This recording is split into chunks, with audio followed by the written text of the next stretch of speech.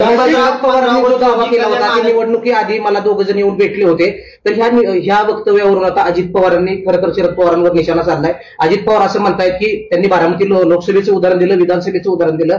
मला ज्या वेळेस माझ्या कॅन्डिडेटला लोकसभेला कमी मतं मिळाली त्यावेळेस विरोधातला कॅन्डिडेट निवडून आला, अर्थात तुम्ही निवडून आला. मग विधानसभेला तरी देखील लोकांनी मला 1 लाख मतांनी निवडून दिलं. मग असं असताना मग विरोधक पुन्हा म्हणतील मी त्या ह्याच्यामध्ये घोटाळा केलेला आहे. कसं बघताय वक्तव्याकडे?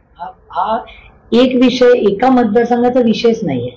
तुम्ही जर राहुल गांधींची प्रेस कॉन्फरन्स बघितली आणि तुमच्याच चॅनलनी ज्यांची नावं राहुलजींनी झाली, इथे तुमचंच चॅनल त्या घरी गेलंय ना.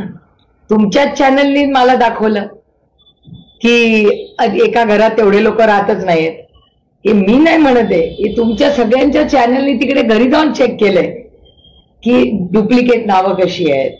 आणि हा बारामती लोकसभा मतदारसंघाचा विषयच नाहीये, हा काश्मीर टू कन्याकुमारीचा विषय. हा एक कुणाचाच विषय नाहीये, हा एका प्रक्रियेचा विषय आहे. आणि पवार साहेबांचं स्टेटमेंट तुम्ही परत ऐका. ते काय म्हणले, 2 लोक आमच्याकडे आले, त्यांनी कुणावरच आरोप केला नाही. पवार साहेबांनी 6 दशकांमध्ये त्यांच्या राजकारणात कधीच कुणावर आरोप केले नाही. तुम्ही त्यांची प्रेस कॉन्फरन्स परत जबाबदारीने पहा. ते काय म्हणले, असे 2 लोक माझ्याकडे आले. मी म्हणले काय चाललंय तंत्र टेक्नॉलॉजीचं. राहुल गांधींचा त्यांना फोन आला, ते दोघं भेटले आणि ते म्हणले ह्याच्यात आपल्याला काही पडायचं नाही आणि ह्याच्यावर आमचा विश्वास नाही असं म्हणून सोडून दिलं. त्याच्यामुळे आरोप नाही येतो, ते एक स्टेटमेंट आहे. हा पहिला मुद्दा. आणि दुसरा मुद्दा, जे एव्हरी डेटा आहे तो डेटा इलेक्शन कमिशन पण नाकारत नाही ना, तुम्ही चॅनलवाले नाकारताय. कारण का जी नावं, ते एवढं जाडं पुस्तक आहे ज्याच्यात ते डुप्लिकेटचं सगळं आहे, ती सगळे कागदपत्र राहुलजींनी देशाला दाखवली आणि प्रत्येक चॅनलनी या देशातल्या जाऊन तिथे व्हेरीफाय केलंय की आहे जे आरोप किंवा वास्तव, खरा आरोप नाही आहे तो, जे वास्तव आहे जे राहुलजींनी देशाला दाखवलं ते तुम्ही सगळ्यांनी कन्फर्म केलं. अजित पवार असं देखील म्हणाले की लोकसभेला विरोधकांना चांगल्या जागा मिळाल्या, त्यावेळेस ईएम चांगलं होतं, मात्र आता विधानसभेला अपयश आल्यानंतर त्यांच्याकडून सातत्यानं अशी विधानं केली जातात. हा ईव्हीएमचा विषय नाही, हा वोटर्स लिस्टचा विषय. आणि तो आरोप नाहीये, तो डेटा आहे. आणि मुकेश अंबानीच म्हणतात की आज तेलापेक्षा डेटा जास्त मोठा आहे. Data is the new oil. हे मुकेश अंबानींनीच या देशाला शिकवलं. एक त्यांचं स्टेटमेंट आहे एक, आणि दुसरं हा डेटा आहे आणि तुमच्या समोर आहे आणि तुम्ही व्हेरीफाय केलाय ना. हा ईव्हीएमचा विषय नाहीये, हा वोटर्स लिस्टचा डेटा आहे.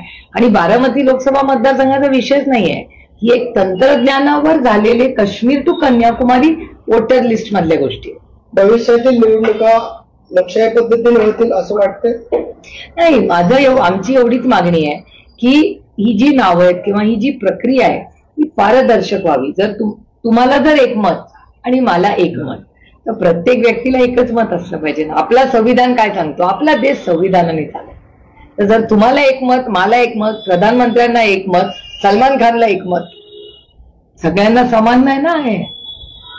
माधुरी दीक्षितला पण एकच मत. त्याच्यामुळे सगळ्यांना एकच मताचा अधिकार आहे, तर प्रत्येकाने एकच मत द्यावं.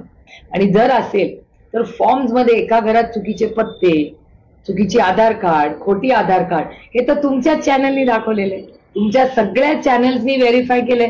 जे राहुलजींनी त्यांच्या प्रेस कॉन्फरन्स मध्ये दाखवलं हे तुमच्या सगळ्यांच्या चॅनल्सनी त्या घरामध्ये दारामध्ये जाऊन वास्तव दाखवलंय की नाही देशात. म्हणजे दूध का दूध पाणी का पाणी, साफ आहे.